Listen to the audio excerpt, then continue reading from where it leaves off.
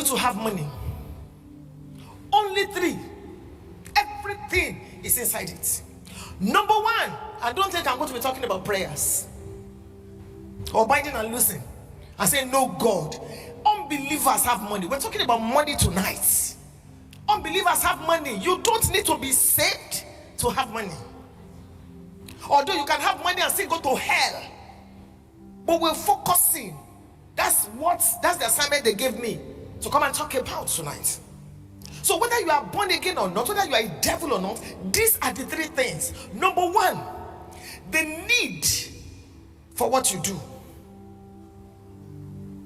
The need for what you do. You have money either by providing service or by selling something. No other thing. You're a counselor, you're a pastor, somebody blesses you. It's because you have provided service. It can be spiritual, it can be emotional, it can be psychological. You have provided service. So you do something. Abraham was rich in cattle. Isaac was a farmer. Jacob. Proverbs 31, you see that woman, she was into many things. The need for what you do, that's number 1. Number 2, your ability to do it well. You want to have money? If you will just spend time in developing and improving on your ability to do it well, you have money. Because there will always be need. Always. And number 3, the difficulty in replacing you. These are the 3 things. If you will work on these 3 things, number 1, the need for what you do, that's when you don't even need to do anything about it, because there will always be need. A point came in my life when I sat down and I said to myself, what next? I've preached from Genesis to Revelation. By God's grace, I've been to 5 continents of the earth. I've been with the very high and the very low. What next? Then I said to myself, I have this childhood dream that I've not accomplished. I've had children. All my children are married. All my biological children are married. We've adopted 3 others. I have grandchildren. By God's grace, everything is looking fine. But there is more to me. I don't want to be a normal woman. I don't want to die as a woman. I want to die as an institution. I don't just want to be a wife. I want to be an extraordinary one. I want to be a celebrity. What next? Then I decided to go back to study law. I said to myself, okay, if you don't want to listen to me as a preacher, you will listen to me in court. So who says I can't be? Difficult. But Reverend, I'm in part 4. Next year, I'm graduating.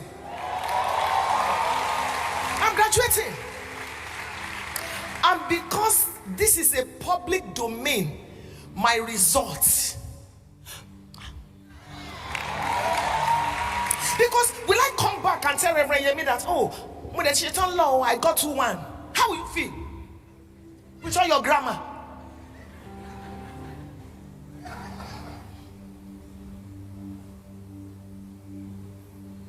There is something about you that is saying more. The need for what you do. Your ability to do it. When I started studying law, my brain opened up. It opened up to another level entirely. And I'm wondering what's going on here. So this is possible? This is amazing. I had been cocooned in the church as a preacher. So there is more to my life. Your ability to do it well. Every day I self-develop. And please, beloved, I'm not just speaking to you tonight as a preacher. This is the 24th year that I have been taking care of lepers. 24 years. Some of you saw it online when I turned 60, built a house for them. I don't take salary from church. There's nothing wrong with taking salary from church. December 31 stroke January 1st every year, I decide on what I want to give to God. Some of you, God has blessed you and blessed you and blessed you, and you've been giving the same offering since Lagos State was created. And you expect Him to prosper. Prayers have been prayed over you. Oil has been poured on your head, on your leg, on your whatever. Yet, you're giving the same. Reverend, I just can't say this publicly, but this year, when it was January 1st, as soon as my husband declared, oh, this is 2025, I whispered to him, every Sunday, this is what I will give to God. Sir, I said every Sunday, not every week. Every Sunday. So I'm not just speaking to you from preaching. I'm not just preaching. This is what I have experienced. This is what I have taught. This is what I live. And it is possible. I love the word Reverend Yemi brought today.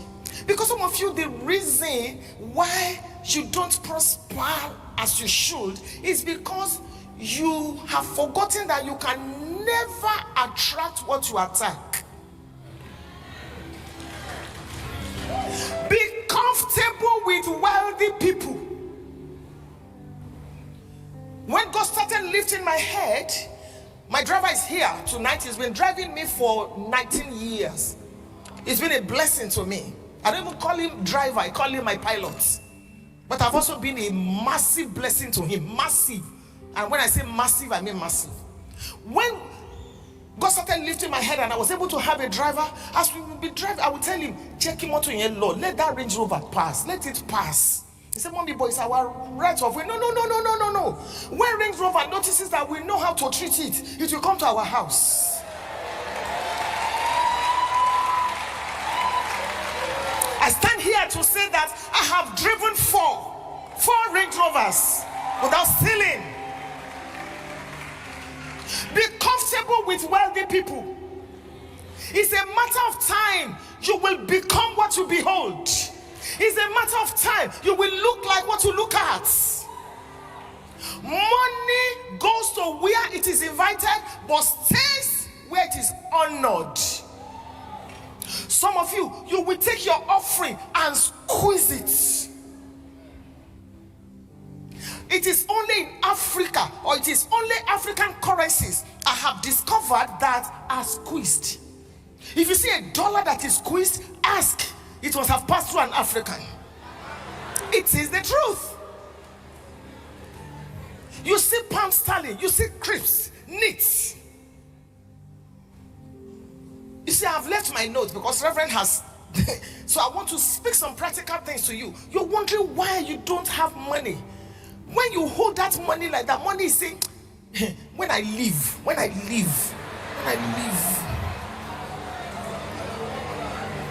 I will never come back. Because everything speaks. Money has a language. You get to the airport, you don't know the language of money. When you want to board and they say, can I see your boarding pass? Okay, go that way. Can I see your pass? Oh, please follow me. They take you to money speaking. Look around, you see the language of money. Money speaking. So you keep squeezing and squeezing your money and you wonder why you don't have. Money stays where it is honored. Also, let me tell you this.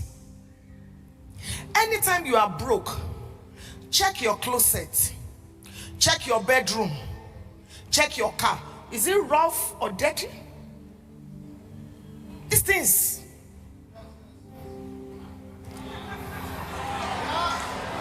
You look at your wardrobe, everything is scattered. Shoe is like this, that one is like that, this one. Money cannot stay there.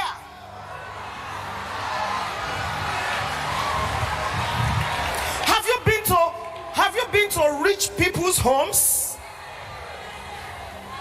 Do you see their kitchen? Do you see their bedroom? Do you see their cars? Feeding bottle is flying like this in your car. Baby nappy is flying like that. Bible study note is flying like that. Money comes here and it cannot find honor, so it goes. These things are intangible, but they work. Try it from tonight. Try it. Arrange your wardrobe. Dress well. Look like where you are going.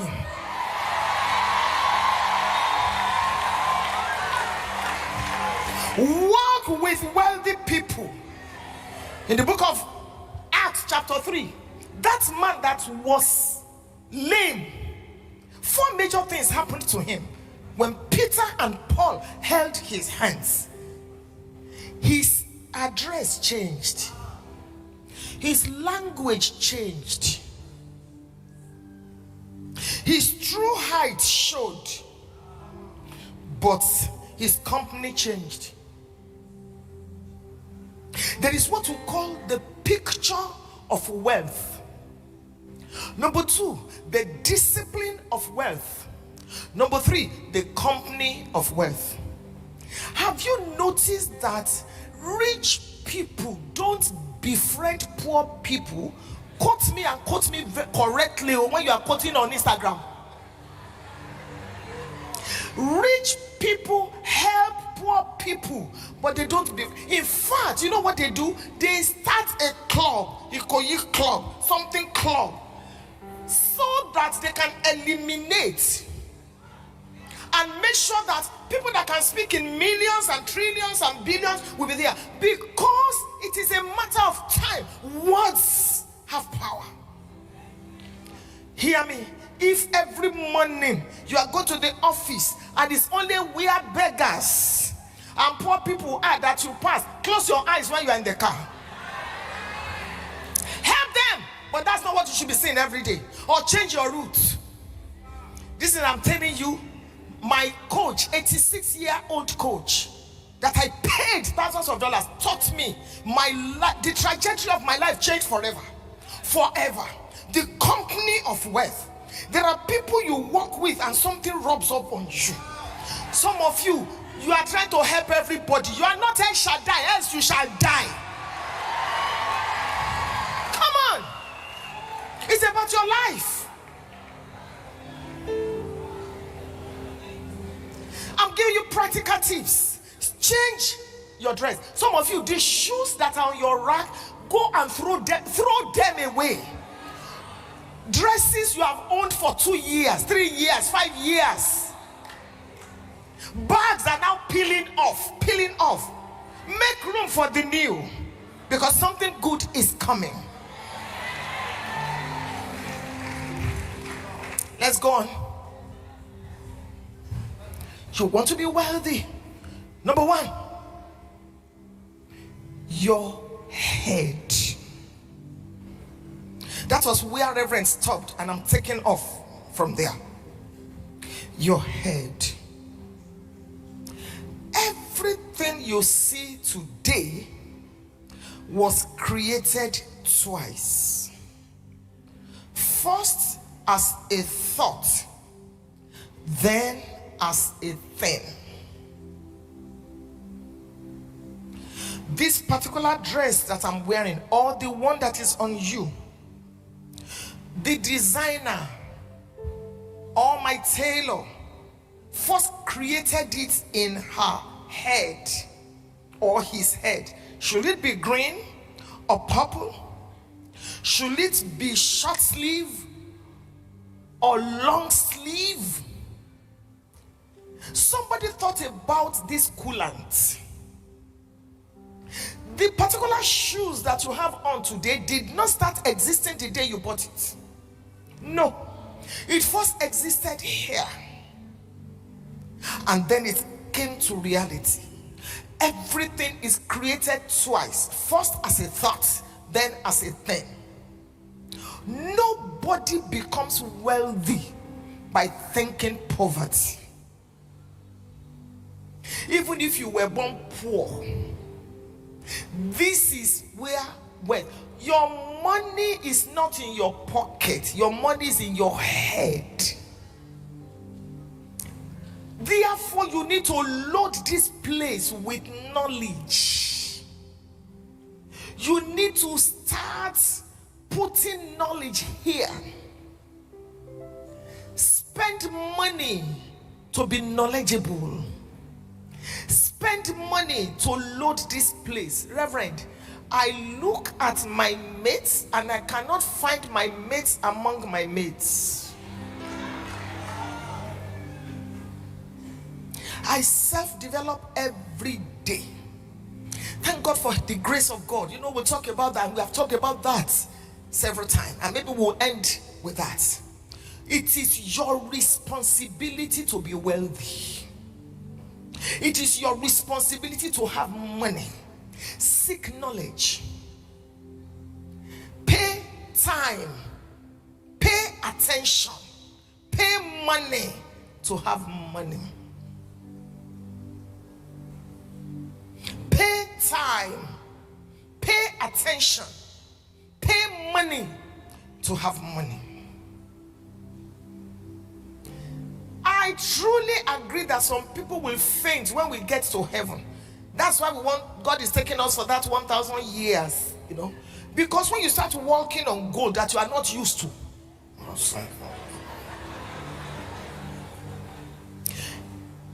life is not governed by miracles. Life is governed by principles. Let me explain a little further. You know, now I'm not a preacher. I'm speaking to you now as a coach. Life is governed by principles. We call those principles laws. Laws. Jesus said, I have not come to destroy the laws. He was not talking about the 20 commandments. Laws are absolute. Laws are universal. That means you cannot add to it. Law is law. The law of gravity says you jump up, you must come down. That's the law of gravity. Absolute. You cannot add to it. Laws are universal. You jump up in my village, you must come down. You jump up in Buckingham Palace, you must come down. Universal. Laws are impersonal. Whether you are a man or you are a woman, whether you are young or old, you are a Christian, you are a Muslim, you jump up, you must come down. That's what the law says. But you want to go to London, England, and you have heard that laws, the law says, or the law of gravity says, anything that goes up must come down. So what do? You go look for someone or a company like British Airways or Virgin Atlantic that has practiced this law, these principles for 100 years, for 50 years, and you say, excuse me, I want to travel to London. If I jump up, I must come down. I've seen that you have flown metals. So what should I do? They tell you, pay time, pay attention, pay money. You take your money, you give it to them. They shut the door. What you actually paid for is law. So British Airways introduces the law of pull, the law of thrust, the law of weight, the law of aerodynamics, and you get on, you sleep, and you open your eyes in London. Laws. There are laws that govern money. It's not prayer. My church people, hear me. If it's by prayers, we have prayed until migraine. Pray, shake head. When you go to a church where they shake head, it is not so that God can hear. Quote me. It is to keep you awake. Yes. Father, it is not for God. It's to keep you so that you concentrate and focus. It's the truth. And I see that in Africa. Ah, Jesus.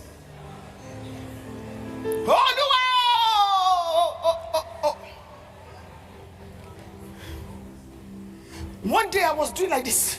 Oh, thank you, Jesus. Thank you. Oh God. And the Lord said, wait a minute, daughter.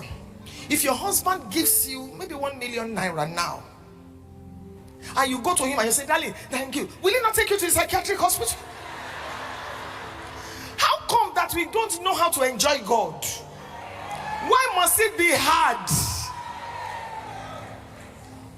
So when we tell you, maybe as pastor, pray, you better open your mouth. It's not so that God can hear you. It is so that you can concentrate. Don't let that doctrine make you feel that until you shake your head. Principles. If only we will spend some time understanding these principles, the need for what you do, your ability to do it well, and the difficulty in replacing you, and you put knowledge in this head and understand how it works, you will be an answer to many people's prayers. When it comes to financial dominion, your head. So use your head. Number 2, your heart. What are you passionate about? My husband says what you are gifted for is superior to what you are trained for. What are you passionate about? I'm a speaker. Some people are writers. I can speak without my notes for hours. Now that I'm even studying law, is on another level. Some people are writers. I speak, but I speak sense. I speak and I make money. I coach people. I'm passionate about it. What are you passionate about? Start thinking about it. It's not about the certificate you are holding anymore now. Hey, I studied biochemistry, and you know you can be a broadcaster. Come on. Go get that job. How can you tell me that you graduated 5 years ago and you don't have a job, you don't have money? What's going on? You cannot sell tomatoes? You cannot supply people? You cannot start a car wash business? Look at me as I stand before you today. I sell food. I have 3 restaurants with all the anointing. I sell clothes. That's why I wear this. This is what I sell. I have swimming pool that gives me money every Monday. I have a resort. My husband and I, 40 rooms. I have event center.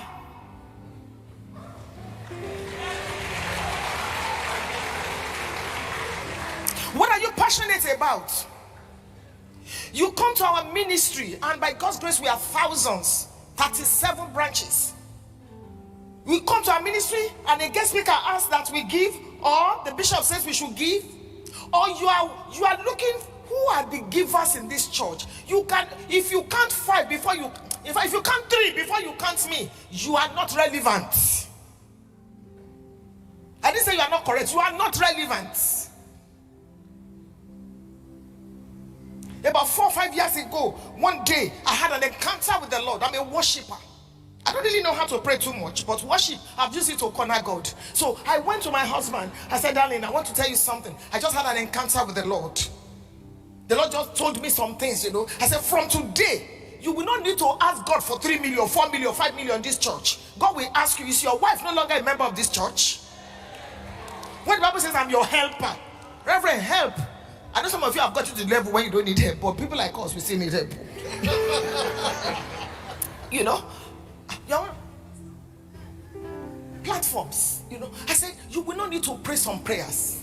I said, I refuse to be an African wife who says I cannot gift my husband a car. Who says? In fact, when my husband turned 60, I gave him 60 plus 1 gifts. And that was 10 years ago. 10 years ago, because he turned 71 last week. That 1 plus, I gave him different gifts. That one was the latest Sequoia, brand new, tear rubber. When they brought it inside that container, when my son drove it in, one man shouted, "I want Yawani." This is a correct wife. Why must you always, whatever your husband gives you should be an addition? Can I repeat myself? We have left the level of, if the man does not give me money, I cannot cook. No. We will cook. We will serve him the food. While he's eating, we will rub his head. And we will use style to collect our money. Collect our money back.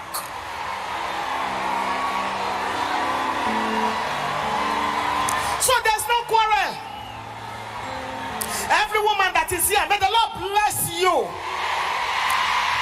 May the Lord give you your own. That prayer is in the Bible now. The book of Esther chapter 2. They gave her her own. There is what is called she money.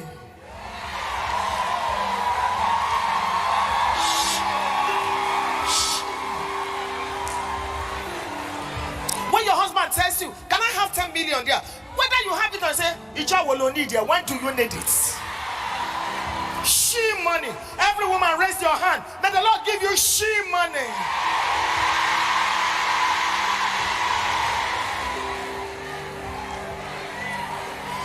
Those of you that are single, you better hear me well. Men, the men of these days, they don't want liabilities as wives.